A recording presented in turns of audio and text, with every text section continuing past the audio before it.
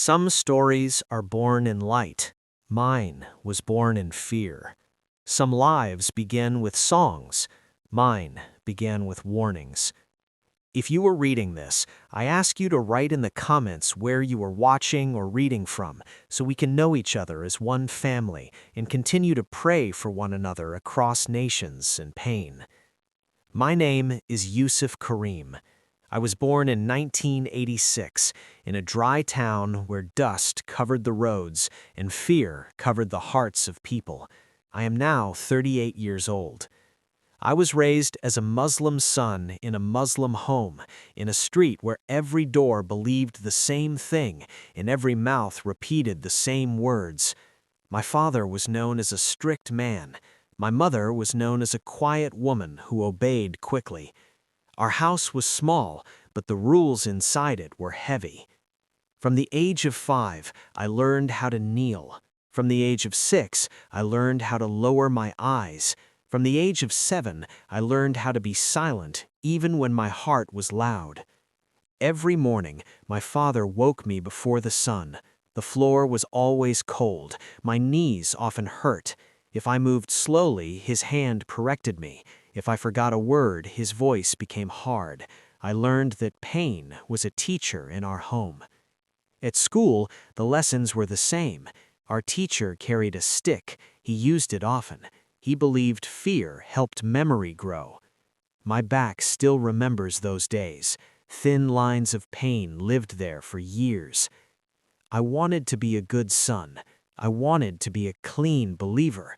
I wanted my father to look at me with peace, but fear lived in me like a second heart.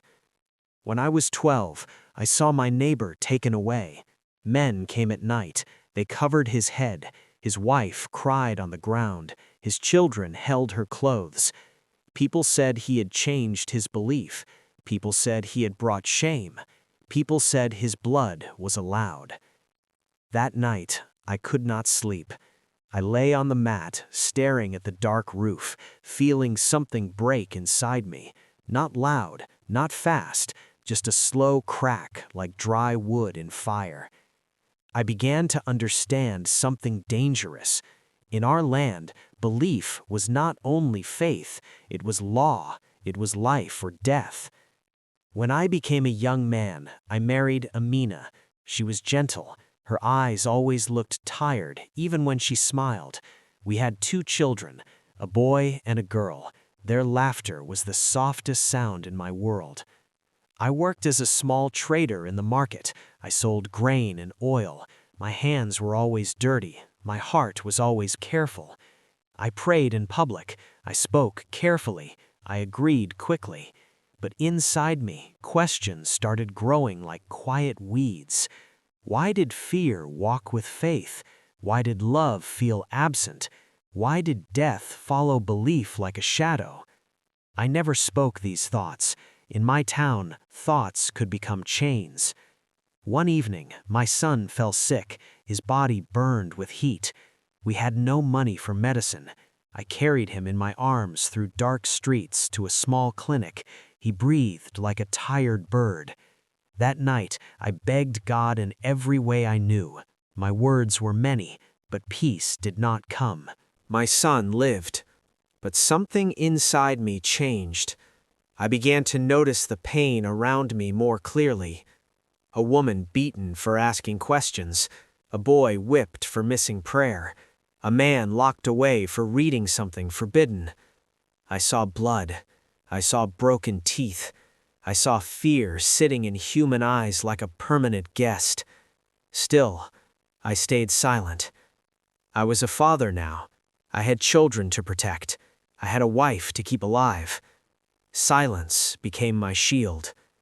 But silence is thin. One market afternoon, under the hot sun, an old man collapsed near my stall. People stepped back. They feared trouble. I helped him sit. I gave him water. He looked at me with eyes full of years. Later, quietly, he showed me something hidden inside his torn clothes. A small book. I did not touch it. My heart beat like a drum in my chest. I knew what it was. A forbidden book. a book that could kill. That day, I walked home slowly, feeling like the ground was no longer strong under my feet. I did not know yet that my life had already started to move toward fire. I did not know that chains were waiting for my hands. I did not know that my children would one day watch soldiers take me away. I only knew one thing. Fear had raised me, but truth was beginning to call me. And in my land, truth is expensive. Some doors open softly, but behind them wait storms, chains, and graves. What I touched with shaking hands that day would later touch my children with tears. The small book did not leave my mind after the old man showed it to me. All night I turned on my mat. My wife slept beside me. My children breathed like little waves in the dark. Our room smelled of dust and old cloth. Outside, dogs cried. Inside, fear walked around my heart. I kept seeing the book. Thin, old, quiet, dangerous. In my town, such a book was not paper. It was fire. It was a knife. It was a death letter. For many days I tried to forget it. I carried grain in the market. I counted small coins. I smiled at customers. I prayed in public. I bowed my head low. But inside me, a voice without sound kept moving. One evening, rain fell hard. The market closed early. People ran home. I saw the old man again, sitting near the broken wall close to the river path. No one stayed near him. People feared him. I feared him too, but my feet moved. I sat far from him. My heart beat fast. My hands shook under my robe. He looked at me and nodded slowly. Later, when no one was near, he reached inside his clothes again. He showed me the book. My breath became thin.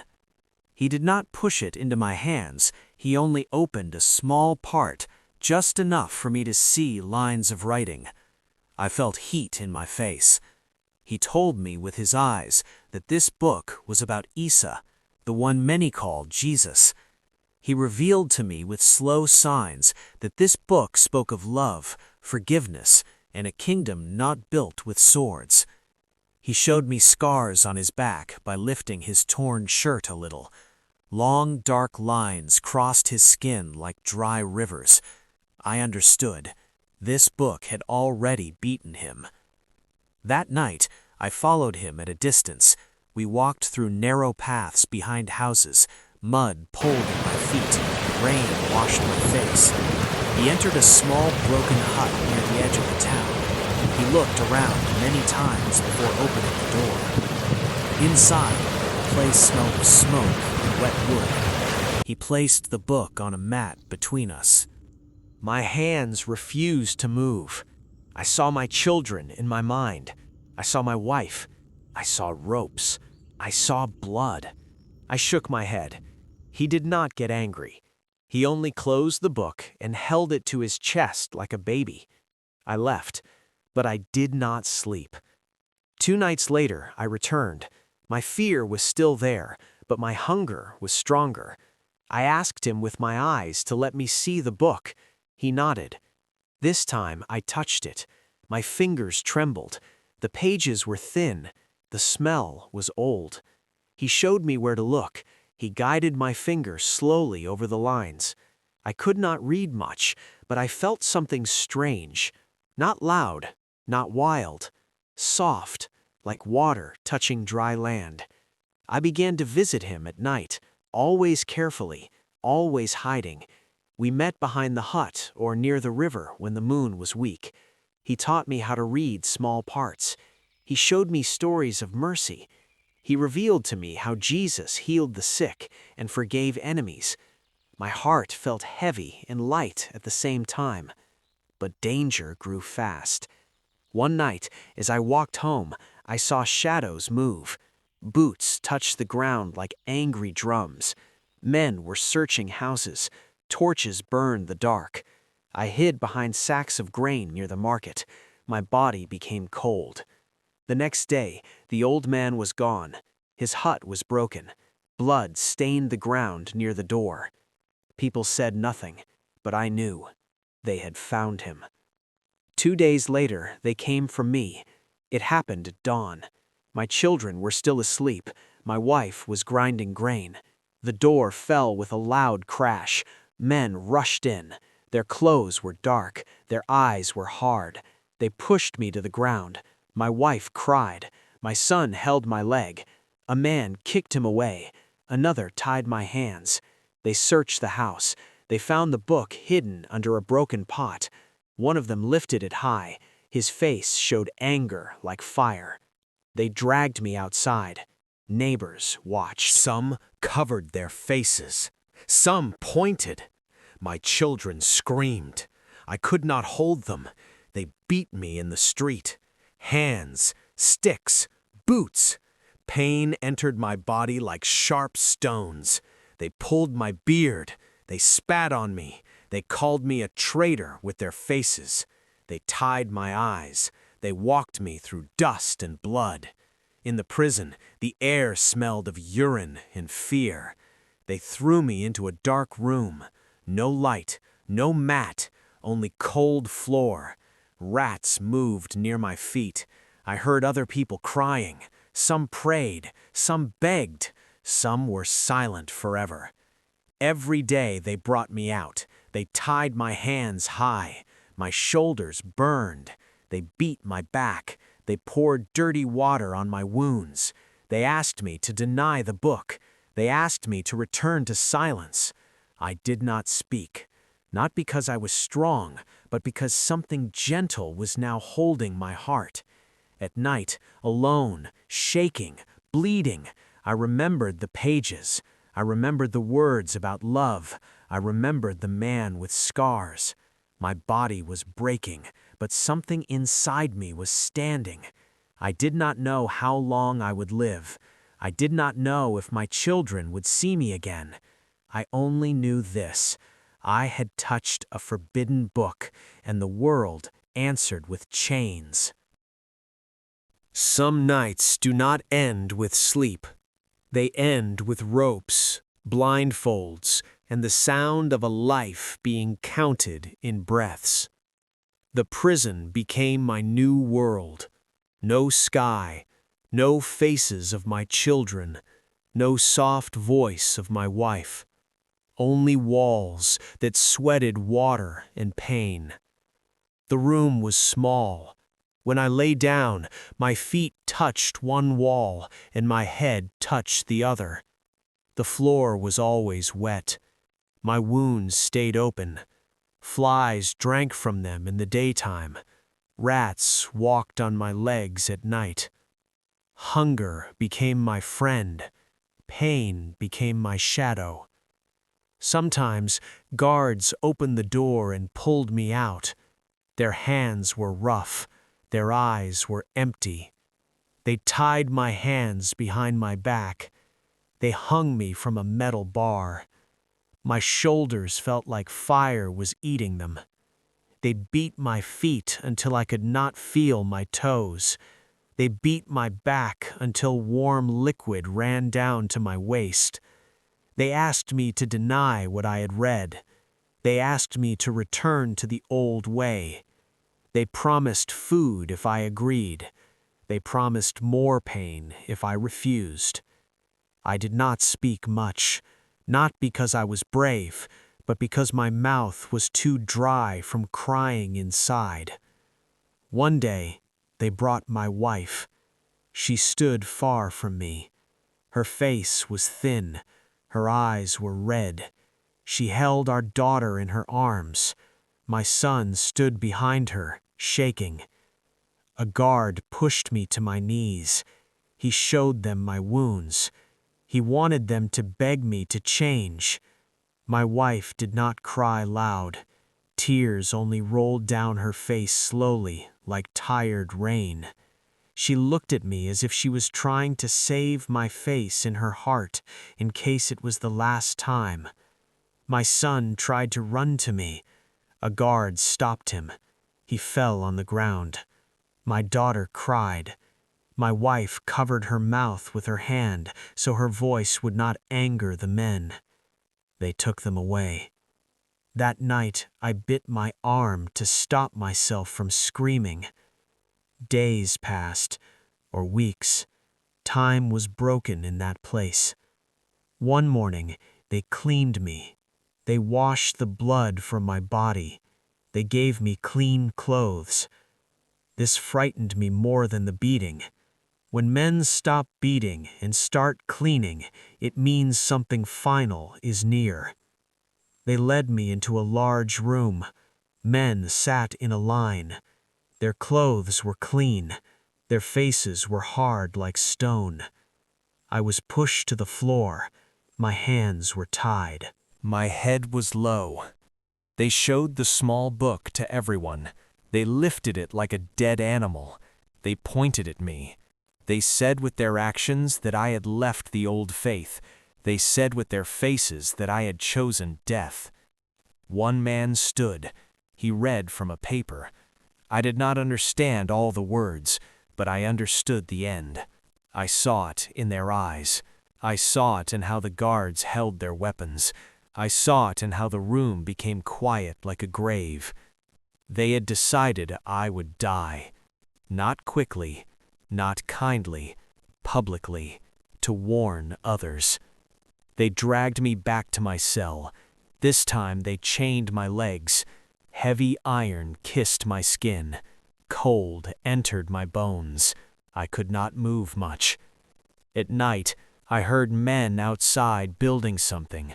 Wood hitting wood, metal touching metal. I knew what they were making. In prison, you learn the language of death without words. A man in the next cell whispered through the wall. He told me with weak voice sounds that it was a stage. He revealed to me that people would gather. He showed me with his trembling hands through the small gap how ropes are tied. He said he was also waiting for his turn. That night, I thought of my children. I imagined my son growing without my hand on his head. I imagined my daughter forgetting my face. I imagined my wife sitting alone. I pressed my forehead to the floor. Tears entered the dust. I did not ask to live. I only asked that my children would not hate God because of my blood. The next morning, guards came early. They pulled me up. They chained my hands. They walked me outside. The sun hurt my eyes. People were already gathering. Some came to watch. Some came to hate. Some came to learn fear. I walked slowly. My feet were weak. I saw the wooden platform. I saw the rope. I saw soldiers. I saw my wife far away, held by two women. She was shaking like a leaf. My son was not there. They had hidden him, maybe to protect him, maybe to break me. They pushed me near the platform. A man read again from paper. He raised his hand. The crowd became loud. Stones were ready. My heart beat like a trapped bird. My mouth tasted like metal. My legs failed. I fell. Guards lifted me. They tied my hands tighter. I closed my eyes. I waited for the end. And in that moment, when life became smaller than a breath, something unseen began to move. I thought my story would end under the sun with ropes on my hands and dust in my mouth. I did not know that the place of death would become the place where life spoke louder than fear. They pushed me forward. The wooden platform stood in front of me like an open mouth. The rope moved slowly in the wind. Soldiers stood on both sides. The crowd pressed closer. Some faces were angry, some were curious, some were empty. My body was weak. My lips were dry. My back burned. Blood had dried on my clothes like dark paint. I looked for my wife one last time. I saw her far away. Women held her arms. Her knees were shaking. Her eyes were searching for my face. I tried to stand straight so she would not remember me as broken. A man stepped forward with paper in his hand. He showed the crowd that I had left the old face. He revealed to them that my blood was allowed. The crowd answered with noise. Children climbed on stones to see better. Old men pointed. Some women cried softly. The guards pulled me up the steps. Each step felt like a mountain. My legs almost stopped working. They tied my hands tighter. They placed me under the rope. I smelled old wood and sweat. I felt the sun on my face. I closed my eyes. Inside my heart, I saw my children sleeping. I saw the small book. I saw the old man with scars. I waited. Then something happened that my eyes cannot fully explain, but my soul still remembers clearly. The noise of the crowd began to fall, like water going down a hill. The air became heavy. Not with fear, but with a strange peace.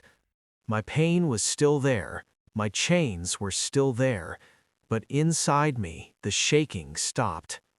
I felt warmth move through my chest, slow and gentle, not like fire, like soft light. I did not see a body with my eyes, but I knew I was not alone. I felt someone near me, closer than breath. I felt strength enter my weak bones. I felt fear step back. The rope above me began to move, not by hands, not by wind. It broke. The thick rope fell to the ground. The sound was loud. The crowd screamed. Soldiers stepped back. Some dropped their weapons. The guards looked at each other with wide eyes. One of them fell to his knees. Another covered his face. The man with the paper could not speak. People began to run. Some cried. Some shouted. Some pointed at the sky. The soldiers untied my hands with shaking fingers. They did not touch me with anger anymore. They touched me like men touching fire. One officer waved his hand at me to leave. He showed me with fear in his eyes that I should go quickly. I walked down the platform. My legs were still weak, but something inside me was strong. People moved away from me as if I was not human anymore.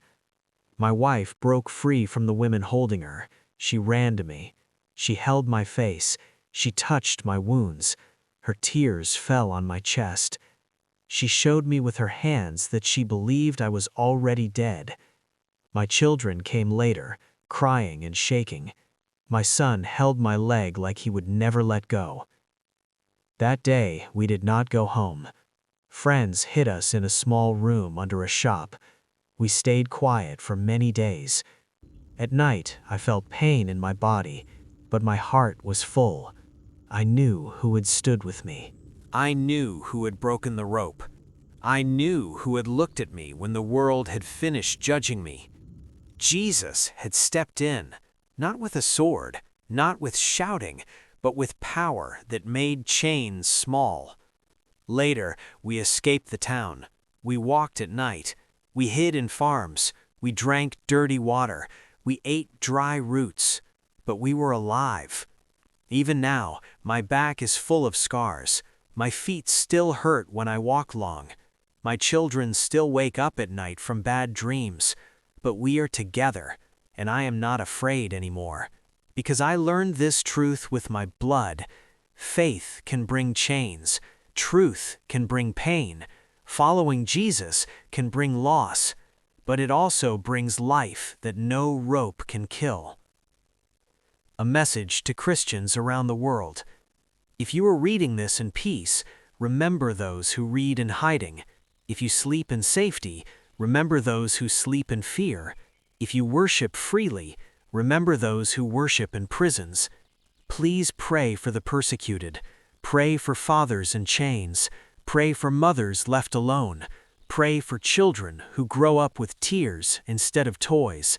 Your prayers are light in dark places. A simple prayer for salvation.